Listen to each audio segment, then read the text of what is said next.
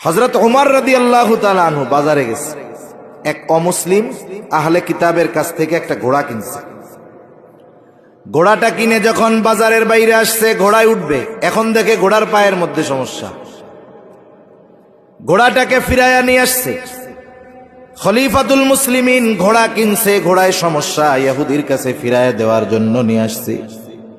ইহুদি বলে, না, আমি তো আপনারে খারাপ ঘোড়া দেই নাই, ভালো ঘোড়া দিছি। ওমর রাদিয়াল্লাহু তাআলা আনহু বলে, না, তোমার ঘোড়া খারাপ, ফেরত নাও। দুইজনের মধ্যে কথা চলতেছে।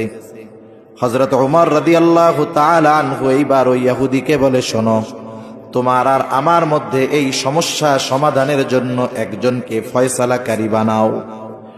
ইহুদি নিজের ধর্মের কাউরে বানায় নাই।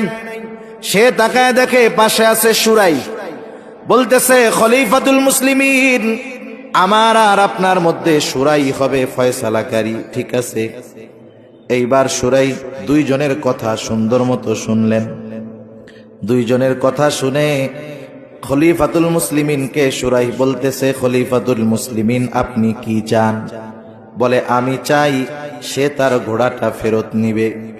সুরাই বলে, খলিফাতুল মুসলিমিন, সে ঘোড়া ফেরত নিতে বাধ্য, তবে আপনি যখন ঘোড়াটা নিয়েছেন, কিনছেন তার কাছ থেকে, ঘোড়ার অবস্থা কেমন ছিল?